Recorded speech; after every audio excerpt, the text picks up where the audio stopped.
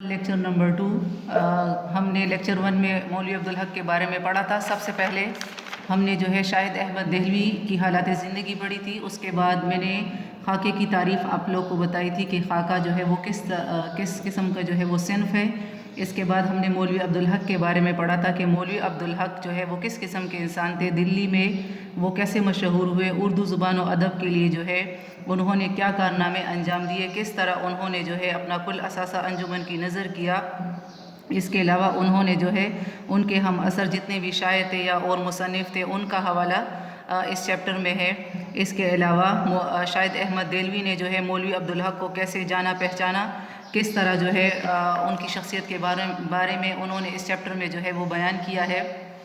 اس کے علاوہ انہوں نے اردو کالج کس طرح قائم کیا، پھر اس میں دارالترجمہ قائم کیا، عثمانیہ یونیورسٹی کا قیام عمل میں لایا گیا۔ زیر نظر تصویر میں آپ لوگ جو ہے عثمانیہ یونیورسٹی کو جو ہے اس کی تصویر دیکھ سکتے ہیں۔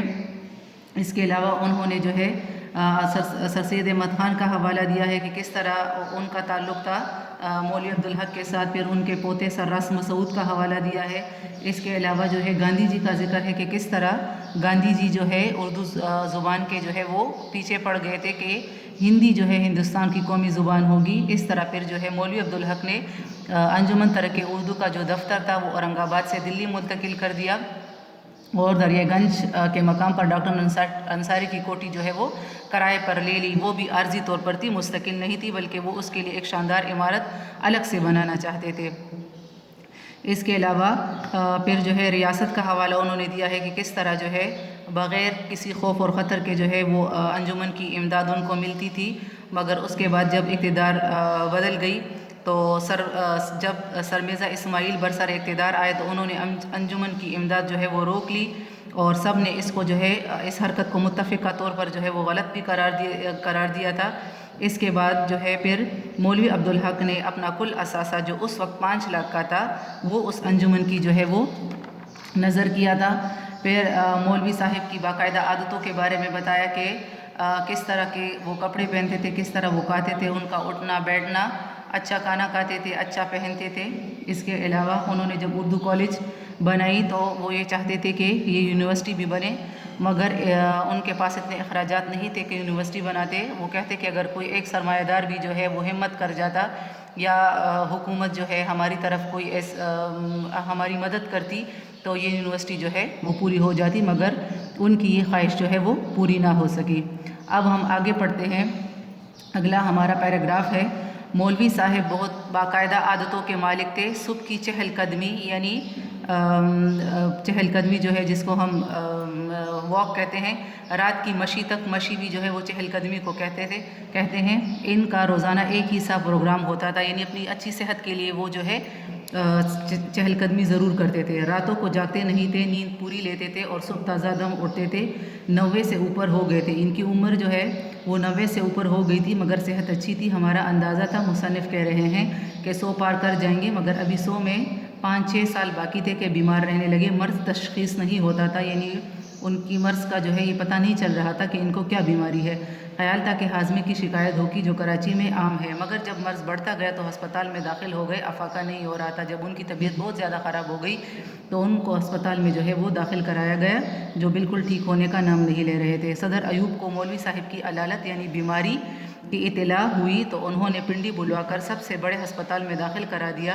وہاں مولوی صاحب کا مرض کینسر تشخیص ہوا۔ لا علاج مرض کا علاج ہی کیا، لا علاج ہمارے پاس قواعد کی روح سے جو ہے سابقہ ہے۔ جب کسی لفظ کے ساتھ اس سے پہلے کوئی لفظ لگا لیا جائے اور اس سے نیا لفظ بنے تو اس کو سابقہ کہتے ہیں، تو لا علاج ہمارے پاس سابقہ میں آتا ہے۔ کا علاج ہی کیا، جب زندگی سے مایوسی ہو گئی تو مولوی صاحب کو کراچی کے نیول ہسپتال میں بھیج دیا گیا۔ یہاں پہنچے تو مرض اتنا بڑھ چکا تھا کہ مولوی صاحب اکثر بے ہوش رہنے لگے۔ جب انہیں ہوش آتا تھا تو کچھ بولنا چاہتے تھے، مگر نقاہت کمزوری کو کہتے ہیں، اتنی تھی کہ سرگوشی یعنی آہستہ سے کچھ کہنا سنائی نہیں دیتی تھی۔ صرف 2 لفظ کبھی کبھی قریب رہنے والوں نے سنے، انجمن اور اردو۔ جب ان کا پتہ چلا کہ ان کو جو ہے کینسر کا مرض لاحق ہوا ہے اور اس ٹائم جو ہے اس وقت کینسر کا کوئی علاج نہیں تھا، تو ان کی طبیعت اور زیادہ خراب ہو گئی۔ ان کے جو قریبی رشتہ دار تھے انہوں نے اکثر مولوی عبدالحق کی زبان سے سرگوشی میں صرف 2 لفظ سنے تھے، انجمن اور اردو۔ یہ جو اقتباس ہے یا جو سبق ہے یہ شاہد احمد دہلوی کی کتاب بزم خوش نفسہ سے جو ہے لیا گیا ہے۔ تو اس چیپٹر میں مولوی عبدالحق کے بارے میں بتایا تھا کہ انہوں نے کس طرح جو ہے اردو زبان و ادب کی جو ہے وہ خدمت کی، کس طرح انہوں نے جو ہے گاندھی جی کو ان کو جو ہے اینٹ کا جواب جو ہے وہ پتھر سے دیا۔ تو مولوی عبدالحق کا ایک شخصی خاکہ اور ان کے کام کے حوالے سے شاہد احمد دہلوی نے اس میں جو ہے وہ بیان کیا ہے۔ اب میں آپ کو جو ہے اس کا مرکزی خیال بتاؤں گی کہ اس سبق کا آخر میں مرکزی خیال کیا تھا۔ مولوی عبدالحق اردو ادب کی وہ شخصیت ہے جن کا نام سنہری حروف سے لکھے جانے کے قابل ہے۔ کیونکہ انہوں نے اردو زبان کی ترقی ترویج کے لیے کارنامے نمایاں انجام دیے، یعنی بہت زیادہ کارنامے جو ہے انہوں نے انجام دیے۔ اردو نثر اور نظم کا دامن مختلف اصناف سے مالا مال کر دیا، اور اردو کے وہ شاعر اور ادیب جن کے کارناموں سے اہل ادب ناواقف تھے، یعنی اس سے پہلے جو ایسے لوگ تھے جو ادب کے بارے میں اتنا نہیں جانتے تھے، انہوں نے مولوی عبدالحق کو پڑھا اور انہی کی طرح جو ہے انہوں نے بھی راستہ اختیار کیا۔ ان سے اہل ادب کو روشناس کرایا، یعنی متعارف کروایا، اور اردو کو اپنا اصل مقام دیا۔ اردو کالج اور عثمانیہ یونیورسٹی کا قیام ان کا اہم کارنامہ ہے۔ ان تمام کاموں کے لیے اخراجات وہ ذاتی طور پر پورے کرتے تھے، جیسا کہ ہم نے پڑھا ہے کہ اس ٹائم بھی جب انجمن کی امداد روک لی گئی تھی تو انہوں نے اپنا کل اثاثہ جو اس وقت 5 لاکھ کا تھا وہ نظر کیا تھا، کسی سے ایک پیسہ بھی نہیں لیا۔ اس کے علاوہ ملکی سیاست اور عوام کی فلاح و بہبود کے لیے ان کارناموں کو نظر انداز نہیں کیا جا سکتا، لہٰذا اپنی کوششوں کی بدولت ہم ان کو بجا طور پر وہ بابا اردو کے نام سے جو ہے وہ یاد کرتے ہیں۔ اب ہم آتے ہیں مشق کی طرف۔ صفحہ نمبر 7 پہ مشقی سوالات میں ہمارے پاس پہلا سوال ہے، درست الفاظ کی مدد سے خالی جگہ پر کریں۔ سبق آپ لوگوں نے پڑھ لیا ہوگا اور اس کو پر کرنے میں آپ کو اب آسانی بھی ہوگی، تو آپ اپنی کتابوں پہ اس کو جو ہے وہ پر کر سکتے ہیں۔ مولوی عبدالحق دلی کے ایک قصبے ڈیش کے رہنے والے تھے۔ ڈیش میں ہاپوڑ کی 2 چیزیں مشہور تھی، پاپڑ اور مولوی عبدالحق۔ اردو کے فروغ کے لیے مولوی عبدالحق نے اورنگ آباد میں ایک تعلیمی ڈیش قائم کیا ادارہ۔ گاندھی اردو کی بجائے ڈیش کو قومی زبان بنانا چاہتے تھے، ہندی۔ گاندھی سے ٹکر لینے کے بعد وہ اردو کے ڈیش بن گئے تھے قائد اعظم۔ مولوی صاحب کے آخری الفاظ انجمن اور ڈیش تھے اردو۔ یہ ہمارے تھے خالی جگہ پر۔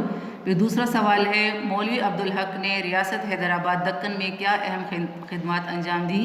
مولوی عبدالحق نے انجمن ترک اردو کا دفتر اورنگ آباد سے دلی کیوں منتقل کیا؟ نیکسٹ، مولوی عبدالحق کو بابا اردو کیوں کہا جاتا ہے؟ درج ذیل محاورات کو جملوں میں استعمال کریں۔ جملے بھی بہت آسان ہیں، محاورات ہیں، اس کے معنی بھی بتائے جا چکے ہیں چیپٹر کے دوران۔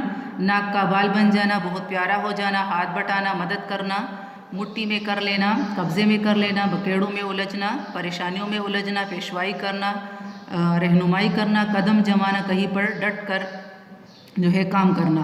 تو یہ ہمارے پاس جملے ہیں، جملے جو ہے آپ اپنے الفاظ میں بنا سکتے ہیں۔ پھر اس کے بعد نیکسٹ کویسچن ہے، سیاق و سباق کا حوالہ دے کر درج ذیل عبارت کی وضاحت کرے۔ تو یہ ہمارے پاس پیراگراف ہے۔ پیراگراف ہم جو ہے وہ چیپٹر میں یہ پڑھ چکے ہیں، پہلے حوالے متن، اس کے بعد سیاق و سباق، اور پھر اس عبارت کی جو ہے وضاحت ہے۔ اس پوری چیپٹر کے جو ہے وہ نوٹس آپ کو جو ہے وہ اسکول سے ملیں گے۔ پھر کویسچن نمبر 7 ہمارے پاس گرامر کا کویسچن ہے، جملے اسمیہ اور فعلیہ کے 3 جملے لکھ کر ان کی تختی کریں۔ سب سے پہلے ہم تختی کے بارے میں پڑھیں گے کہ آیا تختی جو ہے وہ کیا ہے۔ تختی ہمارے پاس جو ہے وہ کیا ہے؟ تختی کے معنی ہے ٹکڑے ٹکڑے کرنا، شعر کے اجزاء کو بحر کے اوزان پر وزن کرنا۔ یعنی تختی کے بارے میں ہے کہ تختی کیا ہے، جملے کی تختی اجزاء میں، یعنی اس کے حصے کیسے ہوتے ہیں۔ جملے کے 2 بڑے حصے ہوتے ہیں جن میں ایک تعلق پایا جاتا ہے جو کلام کو پورا کر دیتا ہے اور سننے والے کو کوئی کمی محسوس نہیں ہوتی، اس تعلق کو اسناد کہتے ہیں۔ جملے میں جس شخص یا چیز کے بارے میں کچھ کہا جائے اسے مسند علیہ کہتے ہیں۔ مسند علیہ بھی اس کو کہتے ہیں اور مبتدا بھی کہتے ہیں، یعنی جو کام کرنے والا شخص ہوتا ہے اس کو مسند علیہ یا مسند مبتدا کہتے ہیں، اور جو کچھ کہا جائے یعنی جو کچھ اس کے بارے میں کہا جائے یا وہ جو کام کر رہا ہے تو اس کو مسند کہا جاتا ہے۔ جس جملے کا اب اس کے جو 2 حصے اور ہوتے ہیں، جیسے جملے اسمیہ اور فعلیہ ہے، کس میں جو اس کی ہوتی ہے، جس جملے کا مسند علیہ اور مسند دونوں اسم ہو، اس کے ساتھ یہاں پہ آپ لوگ لکھے جس کے ساتھ فعل ناقص بھی آئے تو اسے کیا کہتے ہیں؟ جملے اسمیہ کہا جاتا ہے۔ جملے اسمیہ کی یہ تعریف ہے، جس جملے کا مسند علیہ یعنی مبتدا اور مسند دونوں اسم ہو، یعنی اس کے ساتھ خبر بھی مل جائے تو اس جملے کو ہم جملے اسمیہ کہتے ہیں۔ مثالوں کے ذریعے آپ کو یہ بات جو ہے وہ بالکل پھر واضح ہو جائے گی۔ اور جس جملے کا مسند علیہ تو اسم ہو لیکن مسند میں کوئی نہ کوئی فعل یعنی کوئی کام پایا جاتا ہو، اسے جملے فعلیہ کہا جاتا ہے۔ اب ہمارے پاس جملے اسمیہ کی 3 بنیادی اجزاء جو ہے وہ کون کون سے ہیں؟ مبتدا یعنی وہی مسند علیہ، خبر یعنی مسند، اور فعل ناقص۔ فعل ناقص جو ہے وہ اپنا کوئی معنی نہیں رکھتا جب تک وہ کسی جملے کے ساتھ جو ہے وہ مل نہ جائے۔ فعل ناقص میں ہمارے پاس ہیں، تا، تے، تی، یہ سارے الفاظ جو ہے وہ فعل ناقص میں آتے ہیں۔ اب مثال کے طور پر جیسے جواد دیانت دار ہے، عدنان محنتی ہے، تو اس میں ہمارے پاس ان جملوں میں جواد جو ہے وہ ہمارے پاس مبتدا مسند علیہ، دیانت دار جو ہے ہمارے پاس وہ ہمیں خبر دے رہی ہے تو یہ ہمارے پاس مسند ہے، اور ہے ہمارے پاس جو ہے وہ کیا ہے؟ وہ ہمارے پاس فعل ناقص ہے۔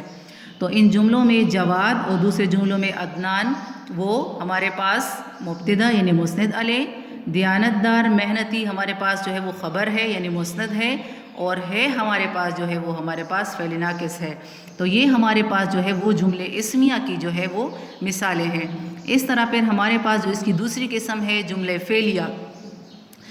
جملے فعلیہ کبھی تو صرف فاعل یعنی کام کرنے والا اور فعل یعنی جو کام وہ کر رہا ہے سے بنتا ہے، جیسے سارا آئی، تو اس مثال میں سارا ہمارے پاس جو ہے وہ فاعل ہے اور آئی ہمارے پاس جو ہے وہ فعل ہے۔ تو سارا آئی یہ ہمارے پاس جملے فعلیہ کی جو ہے وہ مثال ہے۔ اس جملے میں سارا فاعل ہے اور آنا اس کا فعل ہے۔ کبھی کبھار ہمارے پاس جملے فعلیہ جو ہے وہ پھر فاعل، علامت فاعل، مفعول یعنی جس چیز پر کام کیا جائے، اور تکتی یوں ہوگی۔ کس طرح ہوگی؟ جب اس میں ہمارے پاس علامت فاعل اور مفعول بھی آ جائے اور فعل بھی، جیسے ہیرا نے سبق پڑھا، تو ہیرا ہمارے پاس فاعل ہے یعنی مسند علیہ ہے، جس طرح ہم نے پڑھا تھا کہ جملے کے 2 اجزاء مسند علیہ اور مسند ہے، تو یہ جملے اسمی اور فعلیہ دونوں میں آئیں گے، مگر ایک میں جو ہے دونوں مسند علیہ اور مسند دونوں اسم ہوتے ہیں، اور ایک میں مسند ہمارے پاس جو ہے فعلیہ جملے میں جو ہے وہ فاعل بن جاتا ہے۔ تو ہیرا ہمارے پاس فاعل ہے، نے ہمارے پاس اس فاعل کی علامت کے لیے جو ہے علامت فاعل ہمارے پاس نے آ گیا، اور سبق جو ہے مفعول ہے کیونکہ اس پہ کام ہو رہا ہے تو یہ ہمارے پاس مفعول ہے، اور پڑھا جو ہے اس نے یعنی وہ کام کیا ہے تو یہ ہمارے پاس جو ہے فعل ہے۔ یہ ہم اب ایک اور مثال کے ذریعے جملے اسمیہ کا سارا خوبصورت ہے، تو سارا اس جملے کی تکتی ہم کس طرح کریں گے؟ سارا مبتدا یعنی مسند علیہ، خوبصورت کیا ہے؟ ہمارے پاس خبر ہے یعنی یہ مسند ہو گیا، اور ہے ہمارے پاس کیا ہے؟ فعل ناقص ہے، تو یہ جملہ مکمل ہو گیا۔ اگر یہ سارا خوبصورت تو اس طرح جملہ ہمارے پاس ہوتا مگر وہ مکمل نہ ہوتا، تو اس کے لیے ہم نے ہے لگایا جو فعل ناقص ہے، تو اس سے ہمارا جملہ مکمل ہو گیا۔ پھر ہے مریم نیک ہے، تو اسی طرح مریم مبتدا مسند علیہ، نیک خبر مسند، اور ہے ہمارے پاس جو ہے وہ فعل ناقص ہے۔ اسی طرح ہم نے جو ہے فعلیہ کی تعریف بھی کر لی تھی، اور فعلیہ کی ایک اور مثال کی طرف ہم دیکھتے ہیں کہ مریم نے دوڑ لگائی۔ مریم فاعل کام کرنے والا مسند علیہ، نے علامت فاعل، دوڑ مفعول یعنی اس پہ کام ہو رہا ہے، اور لگائی اس نے وہ کام کیا ہے، تو یہ جو ہے ہمارے پاس فعل ہے۔ تو یہ مثال ہمارے پاس جملے فعلیہ کی مثال ہے۔ تو یہ ہمارا چیپٹر 1 تھا جو مکمل ہو گیا ہے، اور اس کے نوٹس جو ہے اسکول سے آپ کو ملیں گے۔